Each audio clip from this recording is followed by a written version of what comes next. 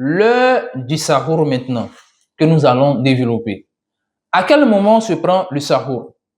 Chers frères, chers sœurs, en islam, les ulama ils disent que le sahur doit être pris après minuit. Le sahur, pour être commencé à être pris, c'est après minuit et avant l'apparition de l'aube véridique. Donc voilà l'intermédiaire, pour ne pas dire le canal, le temps dans lequel on peut prendre le sahur. Après minuit et avant l'aube. L'intermédiaire de ce laps de temps qui est là, qui si on regarde bien correspond effectivement au dernier tiers de la nuit. C'est dans ce temps-là que le sahur doit se prendre. Quelqu'un ne peut donc pas décider à partir de la prière de Isha, voire de 22h, 23h, ou bien même minuit, prendre un repas et le considérer ce repas-là comme étant son repas du sahur. Ce n'est pas correct. Le sahur, c'est au moins à partir d'après minuit et avant l'apparition de l'aube véridique qui marque la fin de la prise du sahur. C'est pourquoi Allah subhanahu wa ta'ala, honoré, glorifié soit-il, dit dans la traduction rapprochée du sens de sa parole, dans la sourate Al-Baqarah, verset 187, Allah subhanahu wa ta'ala dit « Kulu washrabu » il dit « Mangez et buvez ». Mangez et buvez jusqu'à ce que se distingue pour vous le fil blanc de l'aube au fil noir de la nuit. Et donc, mangez et buvez jusqu'à ce que se distingue pour vous le fil blanc de l'aube du fil noir de la nuit. Qu'Allah nous accorde la bonne compréhension.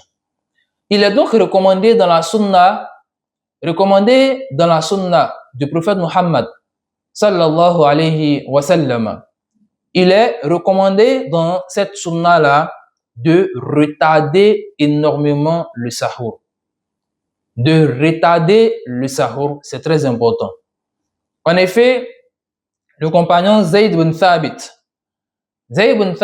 radiyallahu anhu, il a dit, nous avons pris le repas du sahur avec le prophète Muhammad sallallahu alayhi wa sallam. Puis, après le repas, il s'est levé pour prier. On lui demanda donc, on dit combien de temps entre les deux? Bimana, combien de temps s'est écoulé entre la prise du sahur du prophète alayhi salatu wassalam et l'accomplissement de sa prière? Zayd ibn Thabit a répondu, il dit, il s'est écoulé le temps de réciter environ 50 versets.